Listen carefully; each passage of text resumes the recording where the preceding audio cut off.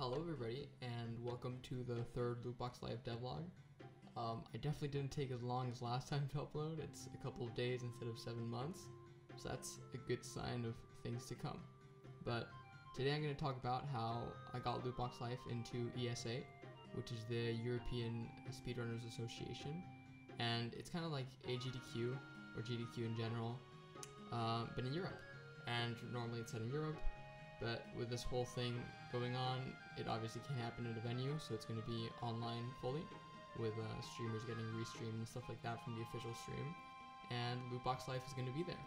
And so there's the speedrunner of my game called Snowball, and he is definitely the best player of the game. There's a couple of people speedrunning it, and he has never dropped a world record. I think since he started playing, the only time he didn't have the world record was at the beginning, and then within a couple days he already got it. So that gives you an idea of how dominant he is in the game.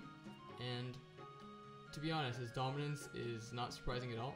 He's a top 3 player in Remnants of Nazif, which is a really cool speed game, and honestly, in my opinion, I think it's one of the most skillful speed games of all time.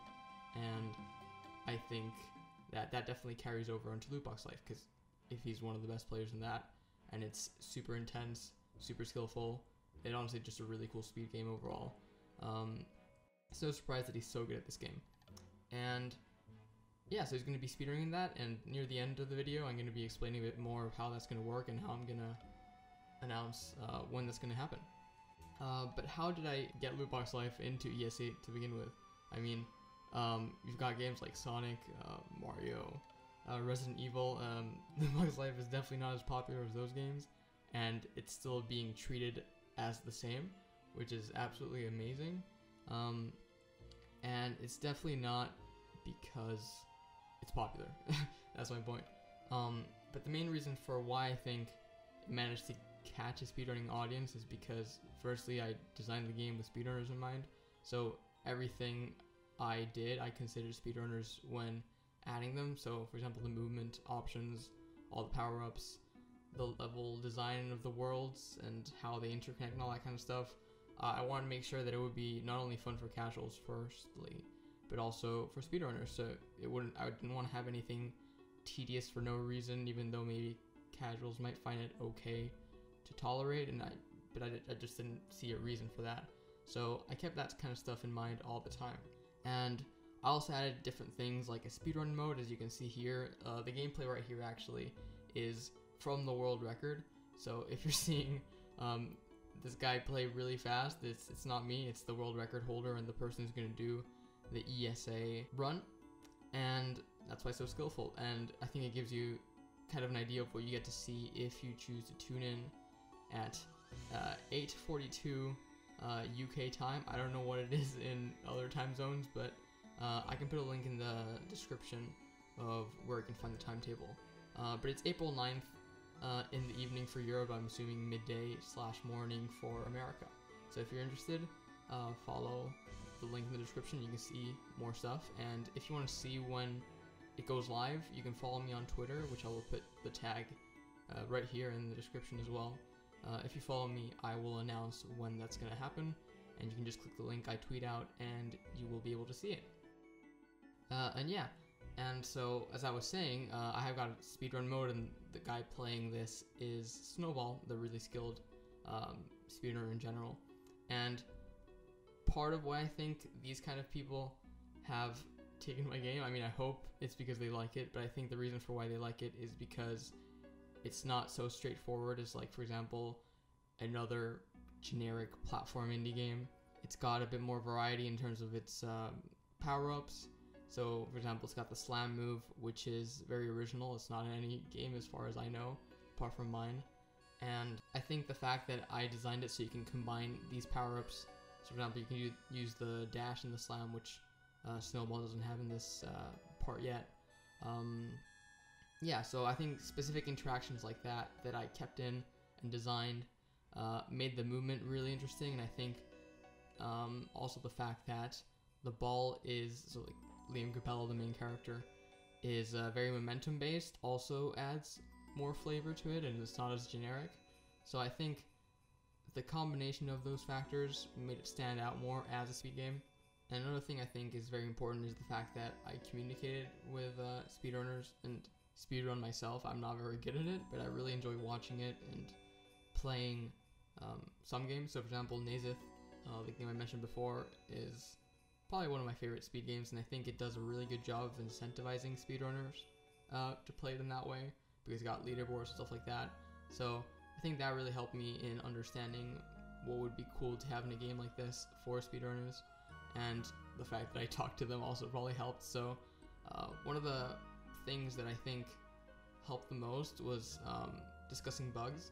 So obviously most games have bugs, I should hope so. If not, you're probably perfect at programming, which I don't know anybody like that, but I'd like to talk to you because I want to learn that. But yeah, so for example, there's this speedrun that you've probably seen around that in this clip so far, where he's a small loot box and then suddenly he's like zipping through small little holes, and yeah, we call that zipping because I don't know, I guess it fits. And initially I was like, do I really want to keep that? And for most people playing the game casually, they would never see that. So I thought, maybe it's interesting to keep it. I still wanted to talk to them because maybe they thought it broke the game or something. It didn't make the speedrun fun and made it so that some power ups were skipped and made it less relevant, and that would make it less fun. And so I still wanted to talk to people to get their input. And yeah, they ended up really enjoying some of these glitches because they add a lot of routing changes and make some stuff more interesting. And there's another one that I'm not going to show just yet, just because it's further in the speedrun, but I can show it in a clip separately. It's called DLCing, so like DLC, literally like downloadable content. And given that this game is about loot boxes, we thought that it would be cool to call a mechanic like this or strat DLCing, just because it thematically makes sense. And what it stands for is dash loot box clipping. So if you dash and then you turn into a small loot box, frame perfectly when you have a corner next to you, then that makes it so that you can clip into a wall and zip through the walls in specific circumstances. And it's a bit more complex than that, but I think that kind of gives you an idea of what it really is. And I thought, this kind of breaks the game. It turns a 40-minute speedrun into a 20-minute speedrun, or honestly even less. The world record right now is 11 minutes, and my personal best when I speedran without DLCing was 39 minutes. And so it really cuts down. But I think that overall it adds for some really cool moments and some tense situations, especially near the end of the speedrun, which are really interesting.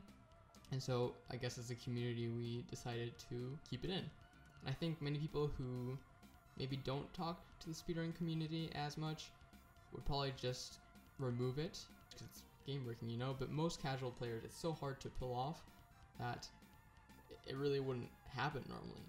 And if you really want speedrunners to not play the game in this way, then you can just have different categories like no DLC, which is what we have. And if speedrunners end up liking that more, then they'll play that, and if not, then they will play the DLC run. DLC as in using DLC, not a DLC run.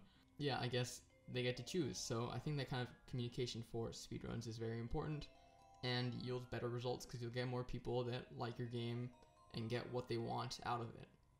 Yeah, so speaking of ESA, European Speedrunners Association, as I mentioned before, April 9th at 8:42 UK time. I don't know what that is in other time zones, but I'm sure you can figure it out. UK time, I believe, is GMT, so just look up a conversion for like 8:42 p.m. in your own time zone from GMT, and you can find that. And if you follow me on Twitter, I will announce it, so you can follow me at ConRadicalGames, and I will put that in the description and up here in the video itself. And you can follow me and you'll get notified for that. And yeah, that's it. So I hope you liked this video, and I hope maybe it was useful for some of you making speed games. Maybe it wasn't, and you can let me know that as well so that I can make my future videos better. So I hope you had a good time watching this, and see you guys next time.